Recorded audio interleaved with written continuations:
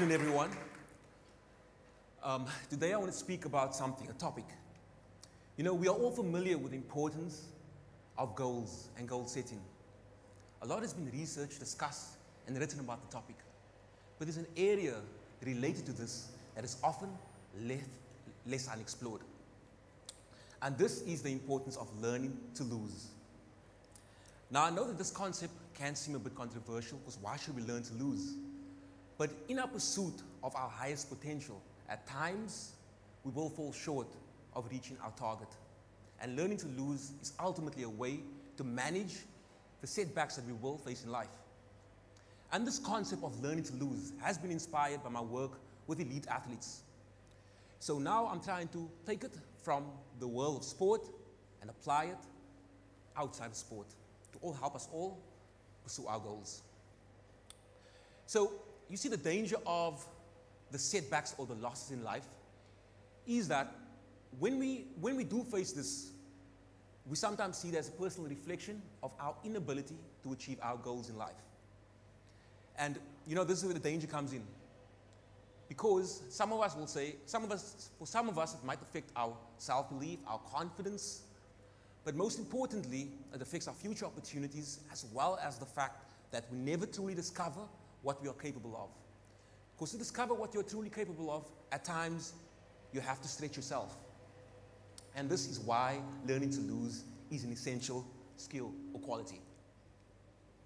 Okay.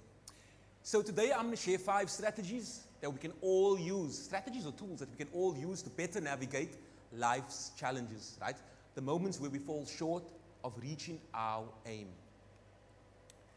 So, as I mentioned, I'm a strong advocate for learning to lose, and hopefully these tools will help you in your mission to reach your highest potential. Now, I think it's very important, first of all, to state that learning to lose does not mean that you like to lose. There's a distinction. This is simply equipping you with the tools to navigate loss. And there's 2 categories of loss. The first is short-term loss. This is what we are going to focus on today. These are the setbacks that we all face in life. Usually in this category, it's simply a change in your strategy can still allow you to achieve the goals that you want.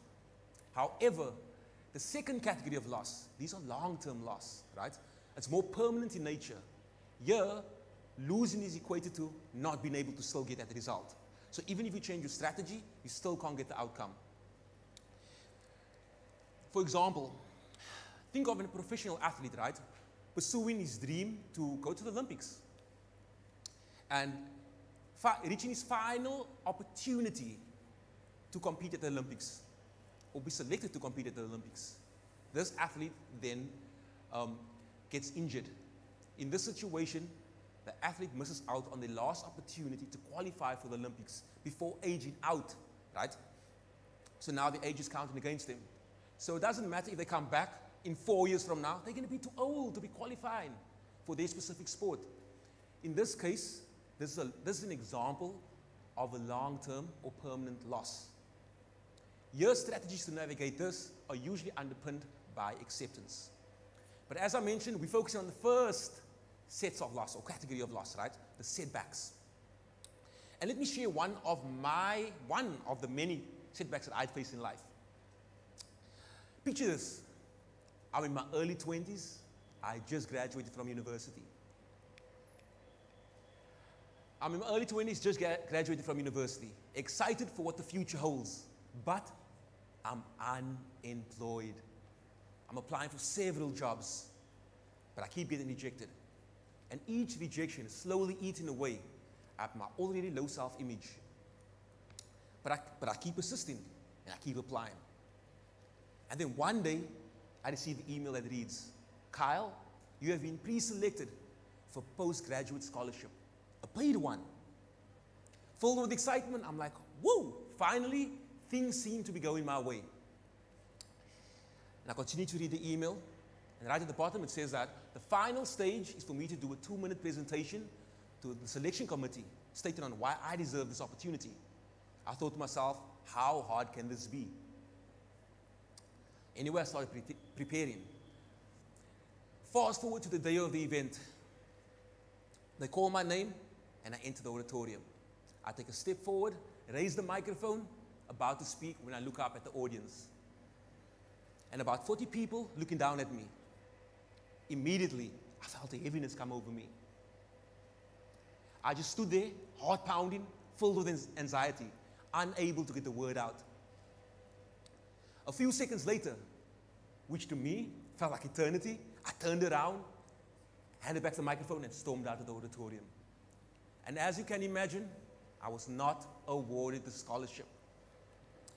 After the event, I went to my car, I sat there, tears rolling down my cheeks, feeling really upset and frustrated by the fact that I'd wasted another opportunity. I was like, I made some generalizing statements, some sweeping statements.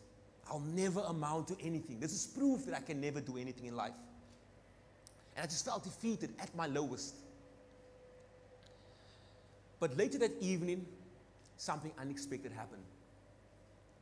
I was at my sister's place, watching movies, still feeling sorry for myself, when she entered the room and made a request that shocked me. She was like, Kyle, do you mind sweeping the porch? And I looked at her in disbelief, but I got up, grabbed the broom, swept the porch. And as I was sweeping the porch, I was thinking to myself, why would she make a request like this, knowing the day I had just faced, one of my hardest days, and I was at my lowest. And as I was sweeping, I was trying to understand why she would. And then it dawned on me, in life, there is no pause button. At times, we're going to fall short of the results that we desire.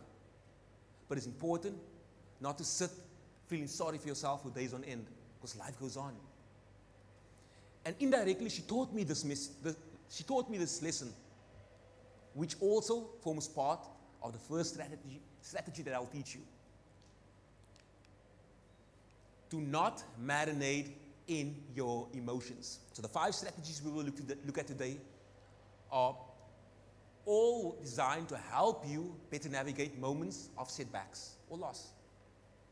The very first one is do not marinate in your emotions.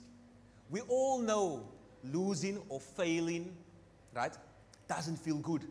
Nobody likes it.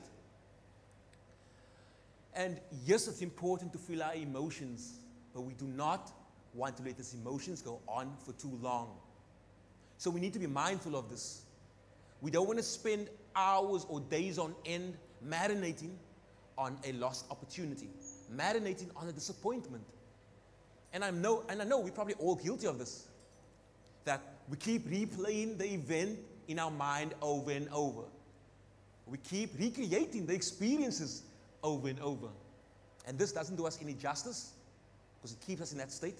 But secondly, it doesn't help us move any closer towards our goals. So this is the first strategy. Some practical things, applications that I've used was, number 1, set a timer for yourself. How long will you allow yourself to feel sorry? Is it 30 minutes? Is it 2 hours? Or is it the rest of the day? Beforehand, think about it. How much time will I allocate to myself towards feeling down or disappointed? Because we need to feel our emotions. We don't want to suppress it. But we also don't want to marinate in it. We don't want to soak in it. So be mindful of this. And let's move on to the second strategy. The second strategy is turn down the noise. In the moments of loss, the first thing that gets amplified is the noise, both internally and externally. The inner critic becomes so loud, and it makes sweeping statements. You will never be enough. You are not worth it. What's the point, right? And we want to watch this, because this negative voice becomes so loud and starts assigning labels to us that we might just believe. So in this situation, we need to challenge this narrative, right? Speak back to it. You know what? I might have failed, but it's okay. I might have not received the outcome that I wanted, but it's fine. It's not the end of the world. So we want to challenge this inner narrative. The second thing is external noise. When we fail, we can feel embarrassed. What are other people going to say, right? And some people might be saying bad things about you, but it's important for us not to give it too much attention. Focus instead on moving forward. And once again, over here, top athletes can teach us this, right? They're a great example of this, because they deal with this on an ongoing basis. both the internal narrative, the inner critic, as well as external voices, the media, fans. So they have learned to manage this in a good way. So even when they don't get the results that they wanted, if they lose a match, it's okay. I am not a failure or a loser. On the day, the better team won, and that's okay. But that doesn't stop me from still believing that I will be a champion, or that we are champions, right? And with the external noise, they ensure that they have the right people in the corner, the right people to tell them, you know what, this is fine, right? They also ensure that they do not go on social media and read comments or negative comments, right? They protect themselves from that, because there's always going to be people out there trying to pull you down. So be mindful of this. And the next one, the next strategy is cognitive flexibility. You see, it's very important for us to have a narrow focus on our aim, the target that we want, the outcomes that we want to achieve. It's very important. But when we fall short of this, we need to have the flexibility to quickly move to secondary wins. So what do I mean by secondary wins? Let's first look at primary objective and secondary wins. Primary objective is the main goal that you have. What's the aim? What's the target? Right? You all know what it is. That's the thing that I'm pursuing. Now, in pursuit of this particular target or objective, automatically or as a byproduct, there are also secondary wins. These are things that happen as a result of you being focused and working towards your primary outcome. And it's in these moments where we fall short of the primary outcome that we need to look at what are the secondary wins. Here, typically, it's things that you've gained, discovered, or become, right? There's always wins, secondary wins, and we need to identify it. I'll give you an example of how a client had done that. So a client of mine recently went to the Paralympic Games, and he was pretty excited. His target or his goal was to get a medal. He worked really hard, he was disciplined, and on the day, unfortunately, fell short of this desired outcome. Now it would have been easy for him to be extremely disappointed and upset and frustrated, but immediately he moved from the primary objective, which was the medals that he wanted, to the secondary wins. And some of the secondary wins that he identified was, 1, getting to represent his country at one of the biggest competitions in the world. 2, getting to compete against the best in the world. And 3, being at the competition as a guy who grew up in an impoverished township in South Africa, where many people told him he's wasting his time. He's done it. Those were all secondary wins. And that allowed him to develop gratitude instead of simply being frustration by the lack of results that he got. So that is the third strategy or tool that we can all utilize, right? We want to have cognitive flexibility. Focus on the core outcome that you want, but in the times that you fall short, immediately identify what are the byproducts, right? What are the wins that I gained through this entire process? And now we will go to the fourth one, which is, what is the big picture, right? You see, when we lose or fall short of the results we want, this can also leave us feeling demotivated and deflated. But simply reminding yourself of the bigger picture, reminding yourself of your why you need to accomplish this goal in the first place, why you are on the path in the first place, can help you be more motivated and more resilient in the face of setbacks. And studies in psychology have actually found this, right? Where people who reminded themselves of their why were more resilient and motivated in the face of setbacks. So it's been proven. So something that we want to leverage, a tool we want to leverage in the moments where we face our own setbacks. So I'll give you an example. Going back to my failed presentation, right? In that moment, it was easy. When I identified I had a fear of public speaking, it was easy for me to avoid any situations related to public speaking. But I realized the bigger picture. The bigger picture was the fact that I wanted to be able to share the psychological strategies that can help people navigate life and reach their potential. I wanted to share it, and with groups. And the only way I could do that is if I confronted my fear of public speaking. So because of that, because I held the bigger picture in mind, I was more resilient and more motivated. I was willing to approach it, to confront this setback, this obstacle in my way. It just became an obstacle, another obstacle. So when we do fall short of our results, go back, remind yourself, why did I need to achieve this in the first place?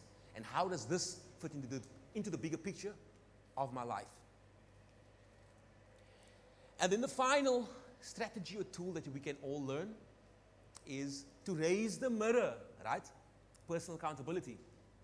You know, in moments where we don't get the results we want, it's easy for us to start pointing the finger. I blame you and I blame you, right? That we never got the results that we wanted. But we need to be very mindful of this. Doing this is another way of giving away your power. The only way that you can actually get the results that you really want is to start looking at, how can I take personal accountability? What areas did I personally fall short in? And you see, this will give you data points that can help you create a plan to actually confront this thing, this failure or setback. Now, going back to the presentation example that I used, right? In that moment, I realized the reason I failed, right, that presentation, the scholarship, was because, yes, I was inexperienced in public speaking. Also, I realized the second one was that my anxiety was out of control, right? I didn't know how to manage it. And my anxiety was fueled by my low self-image. Having these two data points allowed me to say, okay, Kyle, now I have control to create a plan to help me overcome this. And it's always overcomable, right? We need to remember that most things in life are simply a set of skills. And I might have it wrong, but I think it's Jim Rohn that said, skills are all things that we can learn. So or acquire. So if it is that you want to learn to get something, it's a skill, right? If you want to be public speaking, if you want to manage your anxiety, simply a skill, a set of skills. So hopefully today you will have 5 new tools or strategies that you can put in your own toolbox that can help you navigate life, that can help you move towards your own potential.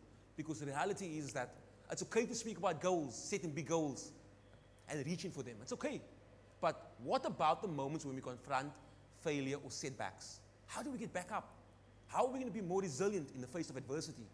And now you have certain tools that you can utilize in those moments. Thank you, everybody. Wishing you all the best.